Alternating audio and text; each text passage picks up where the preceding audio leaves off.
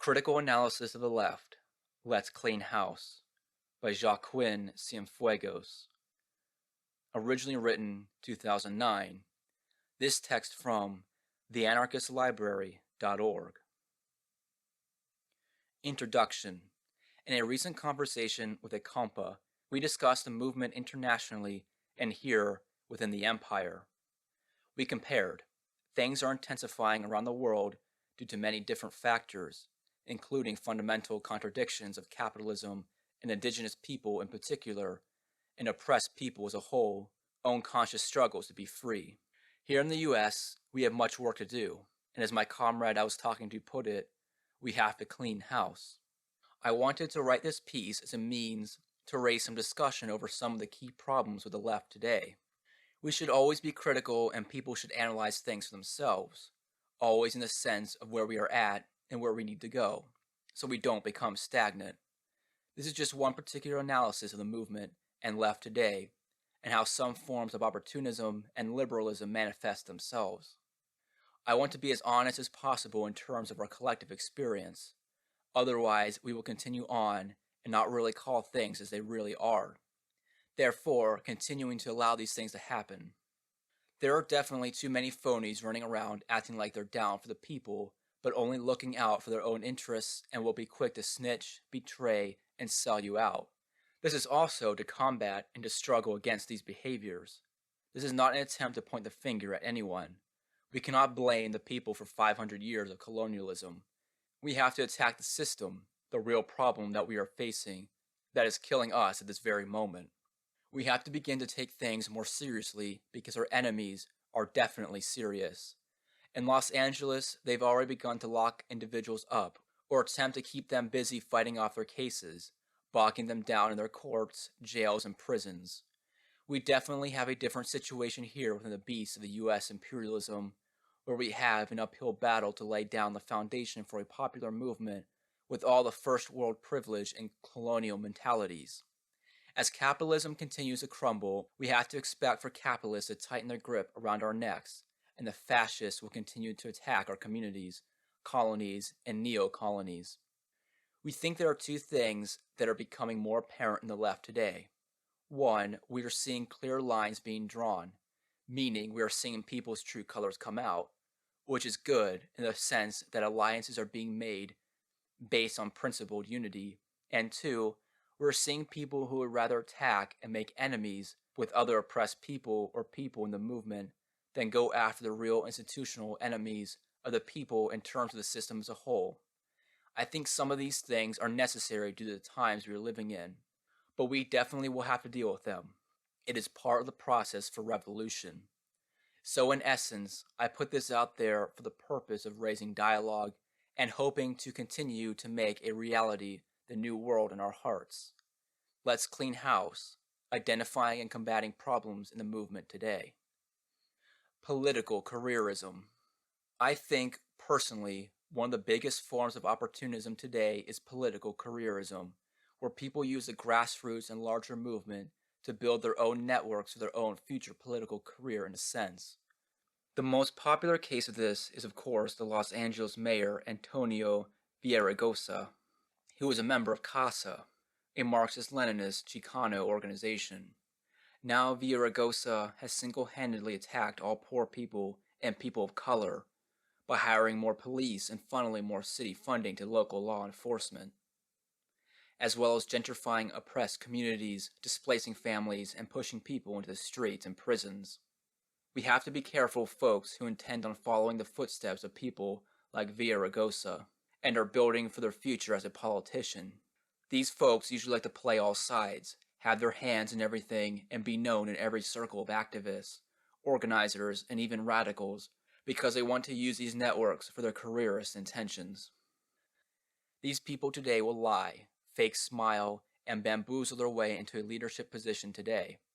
Many of them have one foot in the movement today, and the other they have inside the establishment and its institutions. In other words, they already have a relationship with the state, sometimes with the police, district attorneys, and many local politicians to have their foot in the door already.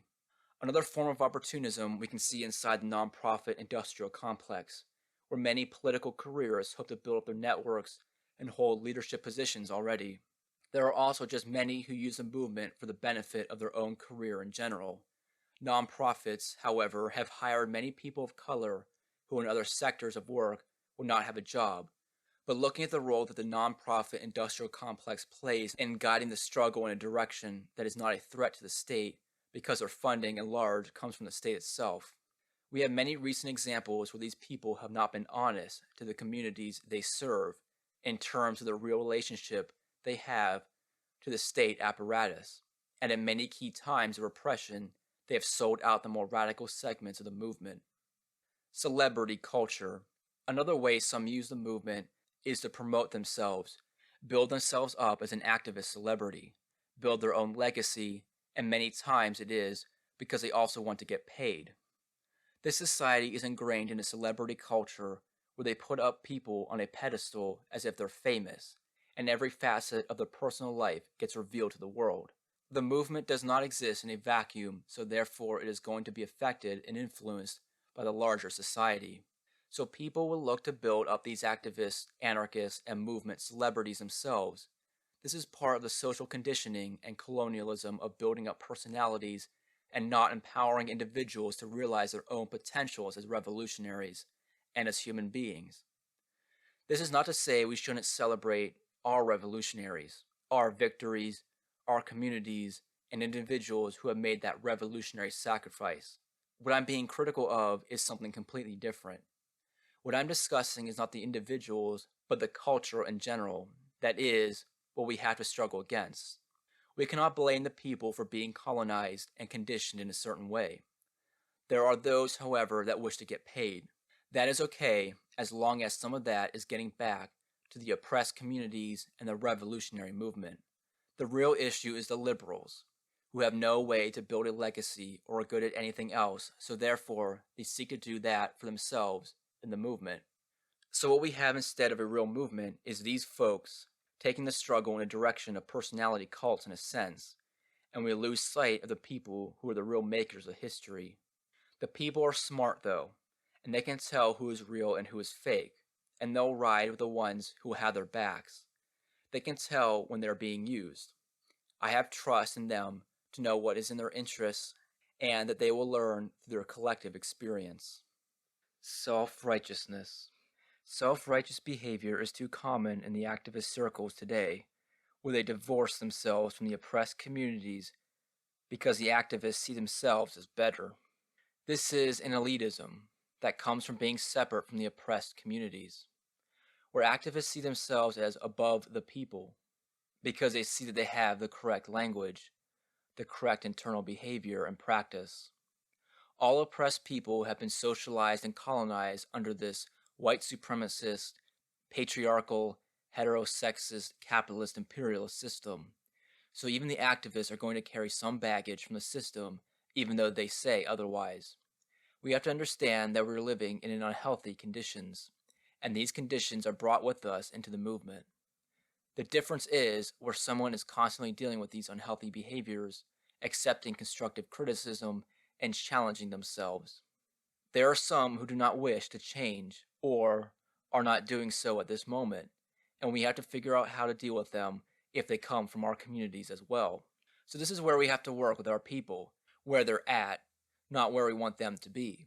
Otherwise, we will be isolated from those we really have to reach right now. This, on the other hand, does not mean we allow oppressive behavior to happen in our organizations and in our communities. We should try to build safe spaces where all oppressed have collective ownership, are autonomous, and the state is not welcomed. These do not happen just in theory or just in our own activist circles. The community has to be brought into this process as well.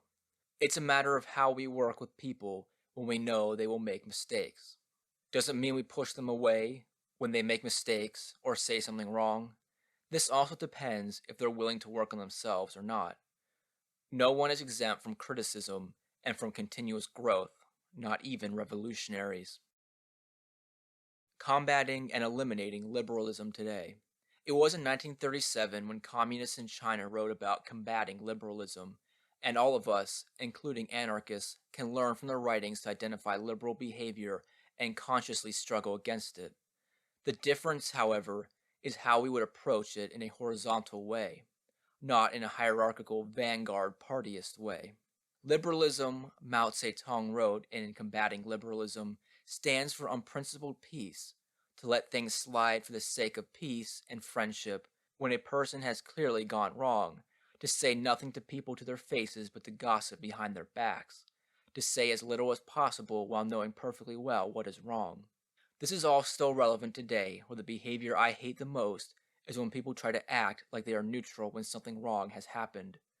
It could have been someone giving up information to the state, or someone creating divisions in an organization, and people saying that they're neutral because it is a personal matter. The personal is political in a sense, but we cannot be neutral when the system is waging war on us. These also manifest themselves today in people not calling out oppressive behavior when it happens, and not challenging opportunists when they come into our communities and try to use us. The difference, though, is the approach. Do we just do a Stalinist purge of people who are liberal? Well, this also depends if they are agents of the state or not. Or do we engage in some dialogue over this behavior in our organizations? I am not part of a party and do not agree with the Vanguard Party model, so we do not have or need a chairman to tell us how to deal with our problems. We need to figure out for ourselves how we can work with each other and challenge each other out of love to help each other grow. White left Vanguard parties.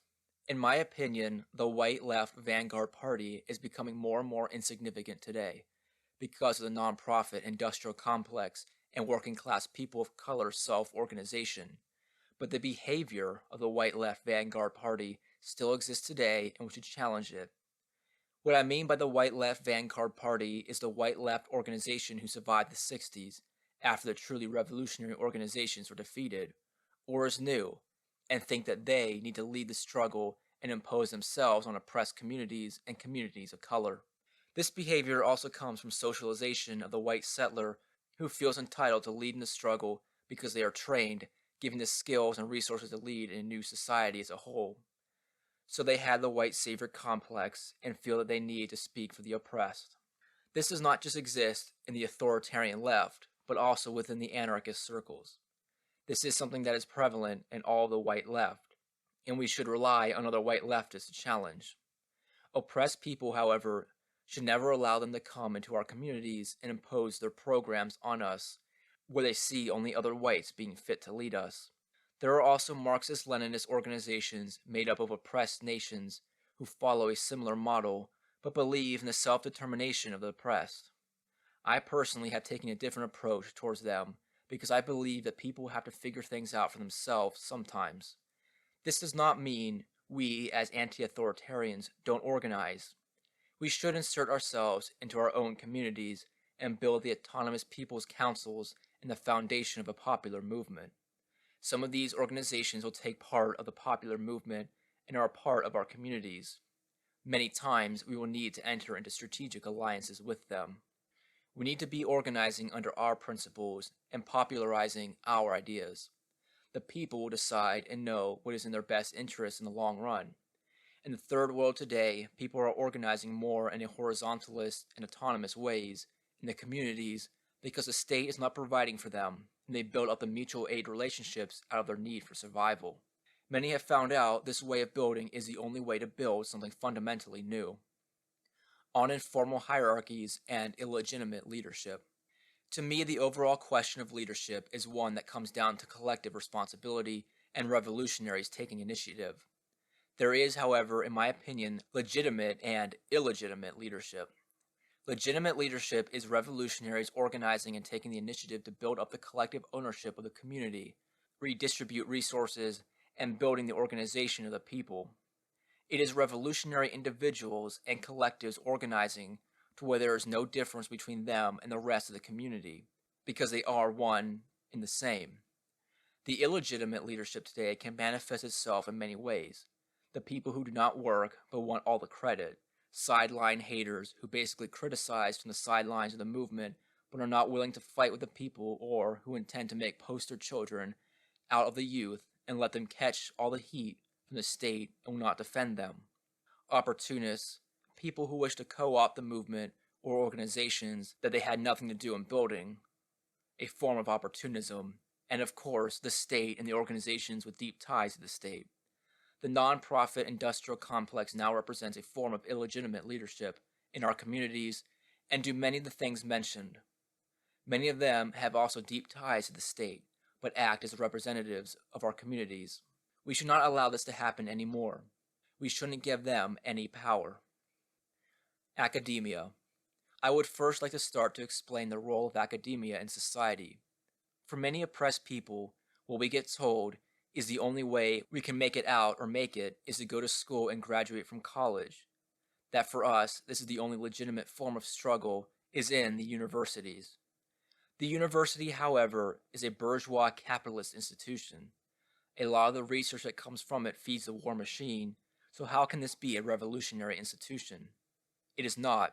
Its role is to act as training for the people who will become the new middle class and upper middle class. Fundamentally, this is the role of the university.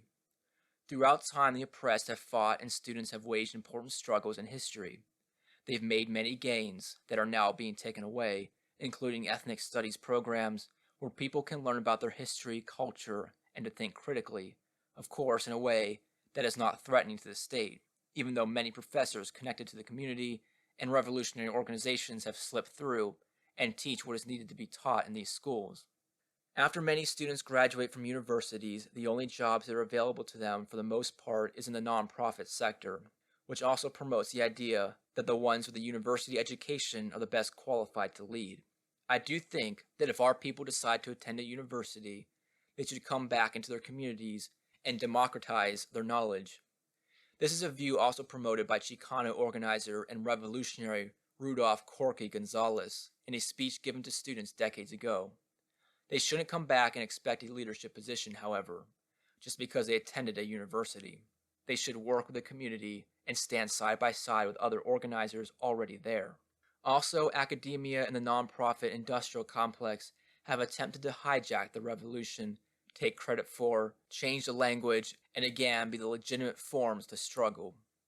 Academia takes folks away from their communities if they're people of color and oppressed. They attempted to find the struggle for the people from the ivory tower, and they have a monopoly on book knowledge inaccessible to the majority of society. Looking at the education model within academia, where you have an expert on a subject talk to you for hours and you are expected to regurgitate what they tell you in a test or essay. Do people really learn this way? We need to look at forms of popular education. Just because you're not a professor does not mean you do not have the things to teach based on your experiences. You probably have many things to teach your professors. There's a lot of value in your life experiences, and they are valid. Note, there are many people inside academia challenging it from the inside who support the community struggles. Movement versus scenes and cliques. This should come without saying that what we need to build is a movement, not a scene. In the anarchist circles today, we have to be honest with ourselves and others. We cannot call what we have a movement. We have to be relevant to the most oppressed and our communities. We cannot build organizations and events just for us, but where non-activists feel that they can relate to and think is interesting. I think in Los Angeles, we are attempting to do this, and we are conscious of this at anarchist events and gatherings. There are always topics covered on all local struggles people can connect to. We need a movement. We do not need a scene or an activist clique.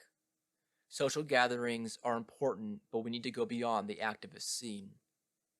Conclusion. We need revolution. The sooner begun, the sooner done.